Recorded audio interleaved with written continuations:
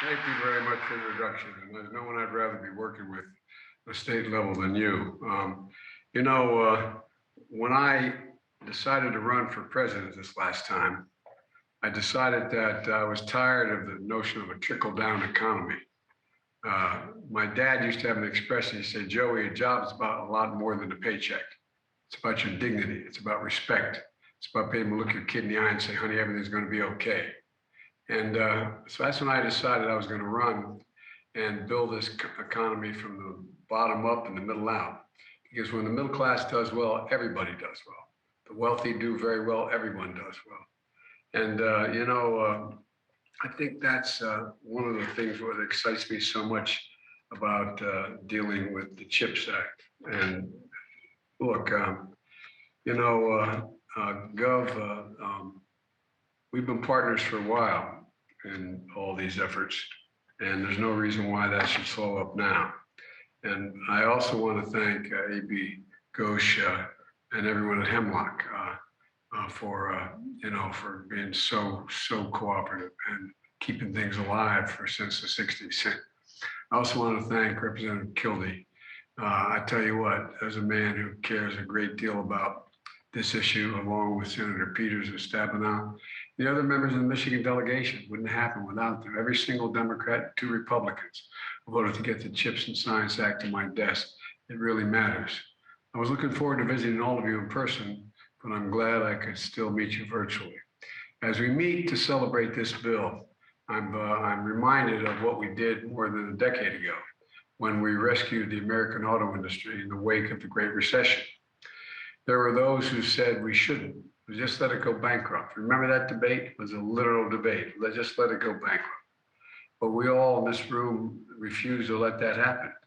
And it wasn't just because of an iconic industry, it was because the auto industry is the heart and soul of the nation. It was about the auto industry's legacy. It's about the future. It's about America's future.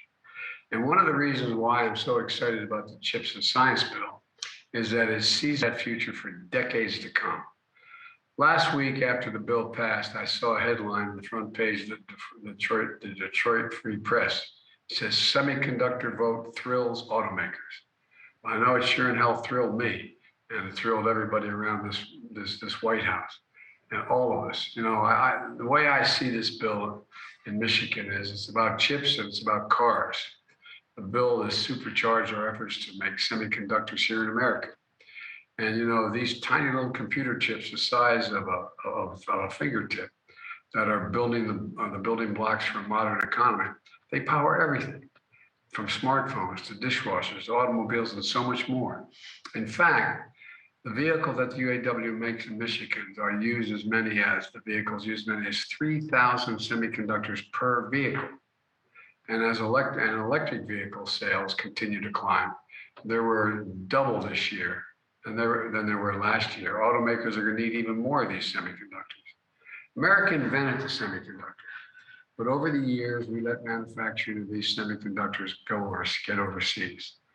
And as we saw during the pandemic, when the factories overseas that make these chips shut down, the global economy comes to a screeching halt, driving up costs for families and in a big way. You know, a third of the core inflation last year in America was due to the high price of automobiles, which was driven by the shortage of semiconductors. For the sake of our economy and jobs and cost and our national security, we have to make these semiconductors in America once again. And folks, for the folks at home, there's a broader supply chain that makes these semiconductors that connect to countless other small businesses and manufacturers. This bill funds the entire semiconductor supply chain, from research and development to key inputs in polysilicon manufactured at Hemlock. Look, I'm told that 1/3 of all the chips in the world use the polysilicon made right here in your factory. Imagine if we had more of these kinds of factories doing some of the most sophisticated manufacturing in the world, employing thousands of workers, including UA plumbers and pipe fitters, IBW electricians, sheet metal workers, iron workers. This is,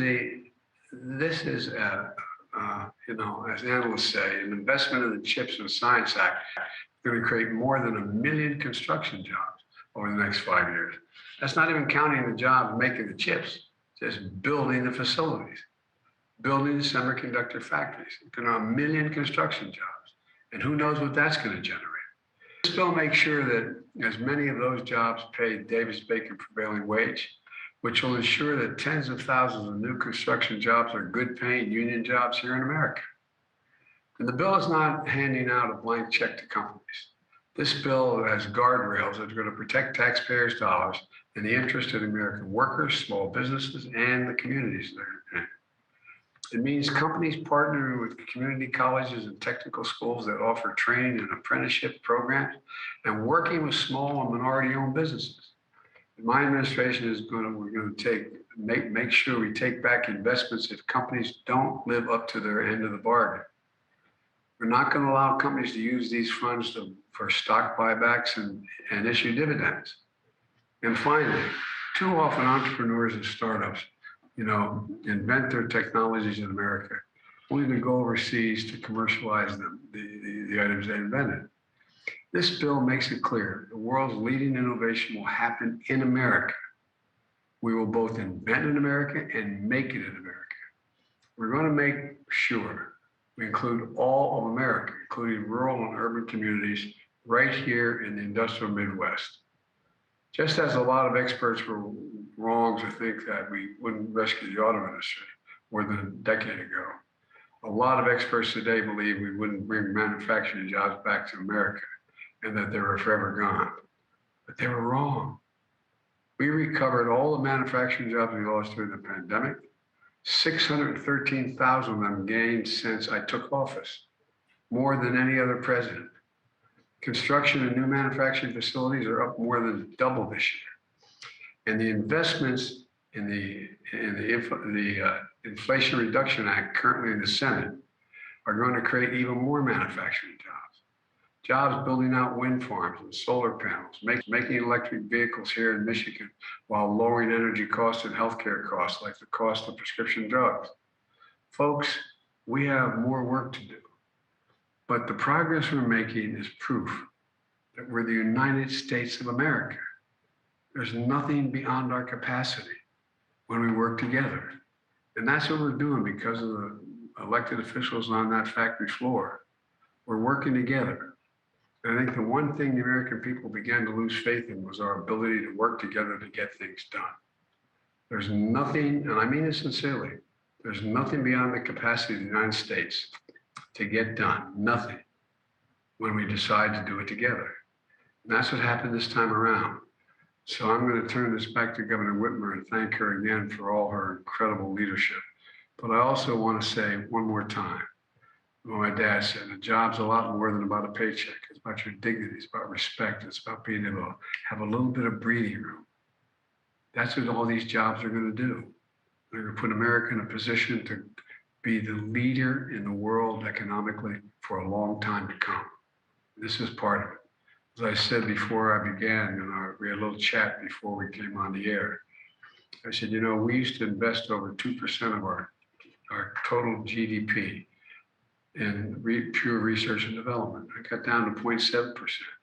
Other nations picked up that research. But that's not who we are. We're back in the game. There's not a thing we can't do. Remember, we invented these chips. We modernized these chips. We made them work. And there's a lot more we can get done. So please, please, please have faith in our country. Have faith in what we can do. As I said, there's nothing beyond our capacity. Nothing, nothing. Thank you, Governor. I'm going to turn it back to you now.